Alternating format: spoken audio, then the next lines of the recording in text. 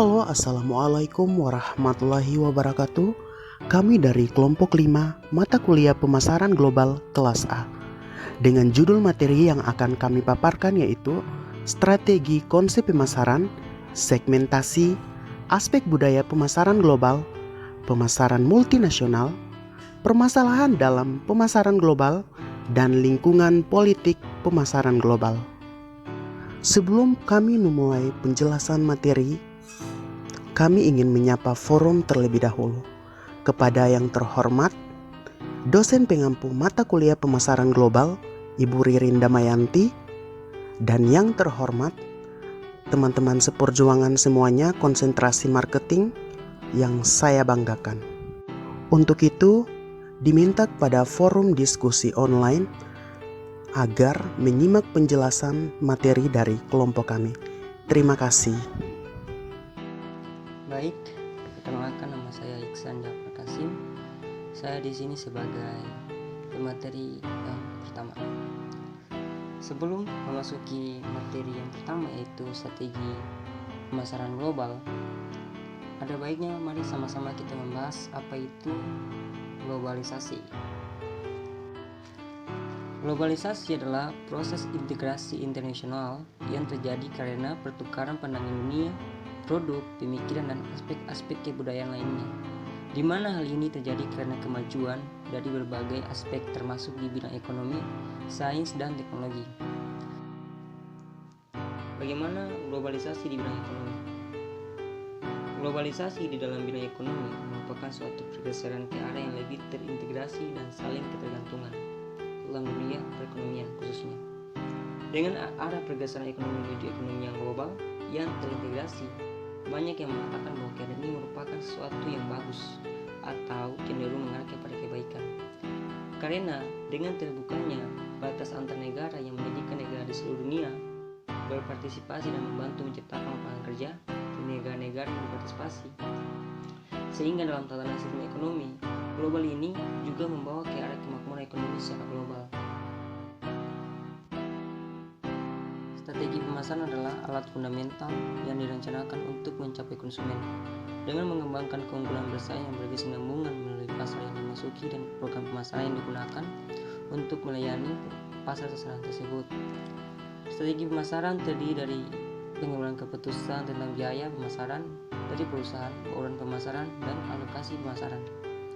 Bisa juga strategi pemasaran dapat dinyatakan sebagai dasar tindakan yang mengarah pada kegiatan atau usaha pemasaran dari suatu perusahaan di dalam kondisi persaingan dan lingkungan yang selalu berubah agar dapat mencapai tujuan yang diharapkan. Selanjutnya, sebelum perusahaan memasuki pasar global, diperlukan strategi pemasaran global sebagai hal yang urgen dan mendasar. Adapun strategi pemasaran itu adalah sebagai berikut. Yang pertama, memahami lingkungan pemasaran internasional, khususnya sistem perdagangan internasional. Kedua, perusahaan harus mempertimbangkan proporsi penjualan di pasar asing terhadap sasaran total penjualannya. Ketiga, memutuskan pasar mana saja yang akan dimasuki. Keempat, perusahaan harus memutuskan cara memasuki pasar luar negeri yang menjadi tujuan. Baik, saya akan menjelaskan tentang konsep pemasaran global. Konsep pemasaran global dimaksudkan supaya seorang manajer eksekutif berupaya memahami semua faktor-faktor lingkungan yang mempengaruhi pemasaran melalui manajemen strategi yang mantap. Tujuan akhirnya adalah berupaya untuk memenuhi keinginan semua pihak yang terlibat dalam perusahaan. Adapun konsep-konsep dalam pemasaran global dapat dilihat di bawah. Ada beberapa konsep pemasaran global. Yang pertama, kebutuhan, keinginan, dan permintaan. Ada perbedaan antara kebutuhan, keinginan, dan permintaan. Kebutuhan manusia adalah keadaan di mana manusia merasa tidak memiliki kepuasan dasar.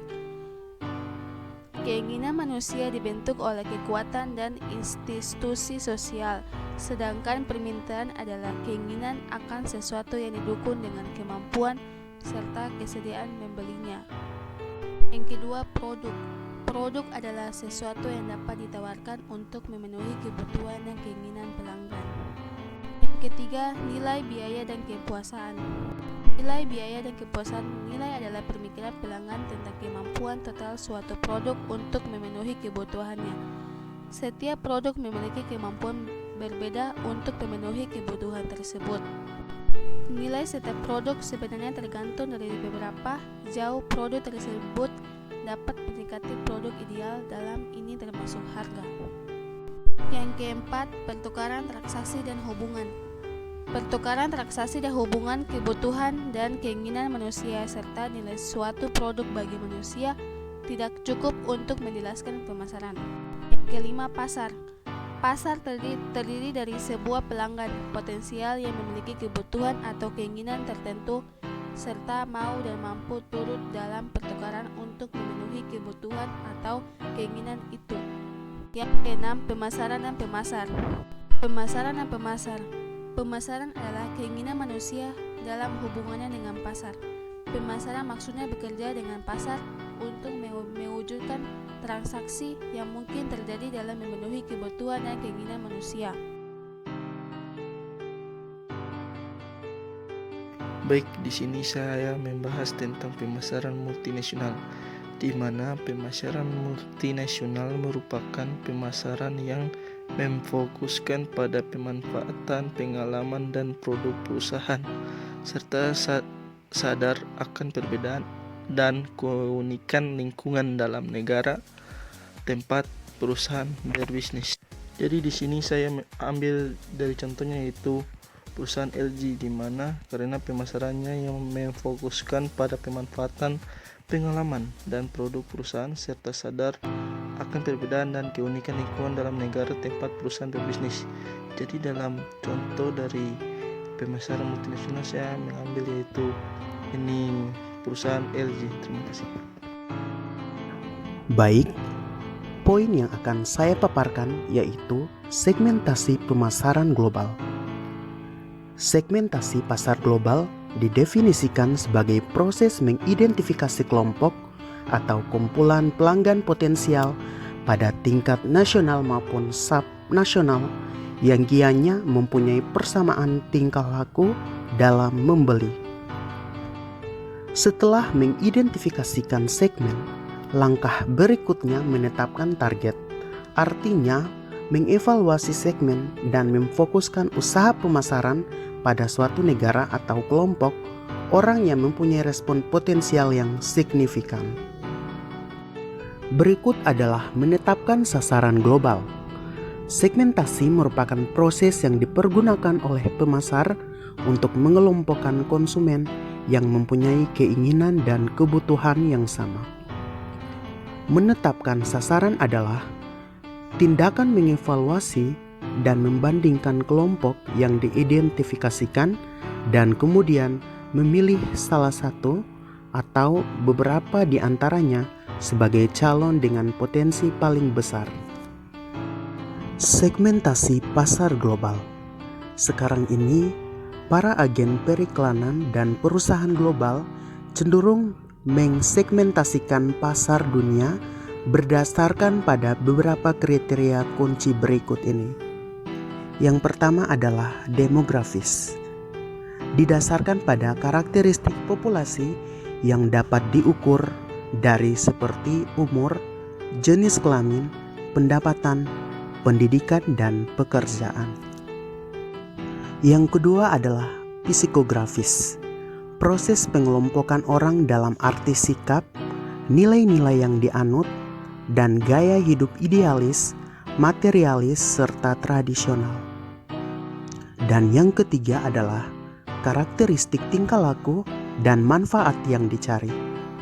Tingkah laku di sini dalam artian memfokuskan pada apakah orang akan membeli dan menggunakan suatu produk atau tidak, di samping seberapa sering dan berapa banyak yang dipakainya.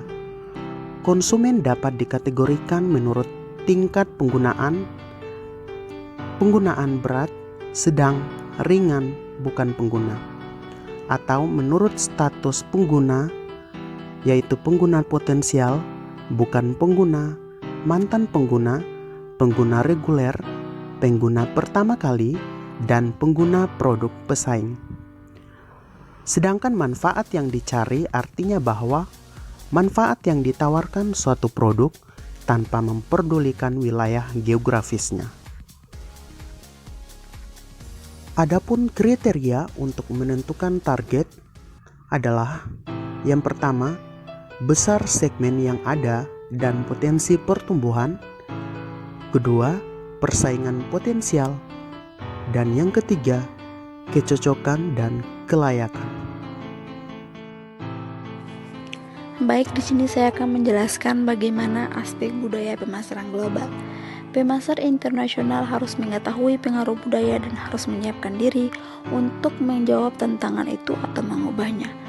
Pemasar internasional memainkan peran penting, bahkan dapat dikatakan menentukan dalam mempengaruhi kecepatan tingkat perubahan di seluruh dunia.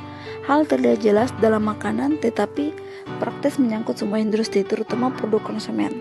Dalam produk industri, budaya telah mempengaruhi karakteristik dan permintaan produk, tetapi yang lebih penting lagi sebagai pengaruh pada proses pemasaran, terutama dalam cara menjalankan bisnis. Pemasar internasional telah belajar untuk mengandalkan orang yang mengetahui dan memahami adat serta sikap setempat untuk keahlian pemasaran. Setelah kita mengetahui bagaimana aspek budaya pemasaran global, di sini terdapat aspek dasar dari budaya. Bagi ahli antropologi dan sosiologi, budaya adalah cara hidup yang dibentuk oleh sekelompok manusia yang diturunkan dari satu generasi ke generasi berikutnya.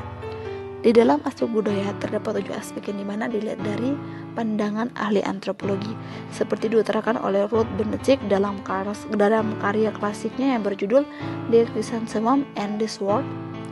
Tidak peduli betapa aneh tindakan atau pendapat seseorang, cara seseorang berpikir, merasa, dan bertindak mempunyai hubungan dengan pengalamannya di dunia ini. Baik, di sini saya akan menjelaskan tentang lingkungan politik pemasaran global dan lingkungan hukum pemasaran global. Lingkungan politik. Stabilitas politik merupakan salah satu variabel penting bagi perusahaan ketika mempertimbangkan perluasan pasar luar negeri. Lingkungan politik memuat peristiwa-peristiwa yang beraneka ragam seperti masalah-masalah sipil atau konflik, aksi terus menentang bisnis, dan konflik antar negara di kawasan tertentu. Politik dan pemasaran. Keputusan pemasaran dalam konteks internasional sangat dipengaruhi oleh perspektif politik kedua negara sendiri dan negara lain. Sebagai contoh, keputusan pemerintah Amerika Serikat telah mempengaruhi industri mobil di negara tersebut. Aturan-aturan keras seperti standar efisien bahan bakar telah menyulitkan industri dalam beberapa hal. Pemerintah di berbagai dunia membantu industri dalam negerinya dengan memperkuat daya saing mereka melalui kebijakan fiskal dan moneter dengan beraneka ragam. Dukungan politik yang demikian dapat memainkan peranan penting dalam mencari pasar luar negeri. Sumber-sumber masalah politik. Adapun sumber-sumber masalah politik yang mempengaruhi pemasaran internasional adalah kedaulatan politik, kedua, konflik politik. Yang kedua, lingkungan hukum. Sebuah perusahaan global yang terlibat dalam pemasaran internasional harus tunduk tidak hanya kepada undang-undang negara yang bersangkutan saja, tetapi juga kepada undang-undang senegara setempat di mana perusahaan berada. Di seluruh dunia, negara-negara yang berbeda mengikuti undang-undang yang berbeda pula. Seorang pemasar internasional harus mengenal secara khusus undang-undang negara setempat mengenai persaingan, penetapan harga, perencanaan distribusi, kecenderungan produk, hak paten, merek dagang, dan periklanan. Baik, itu saja. Terima kasih. Oke, itulah hasil pemaparan materi dari kelompok kami. Lebih dan kurangnya kami mohon maaf. Sekian dan terima kasih. Kami ucapkan wabillahi taufiq wal hidayah. Wassalamualaikum warahmatullahi wabarakatuh.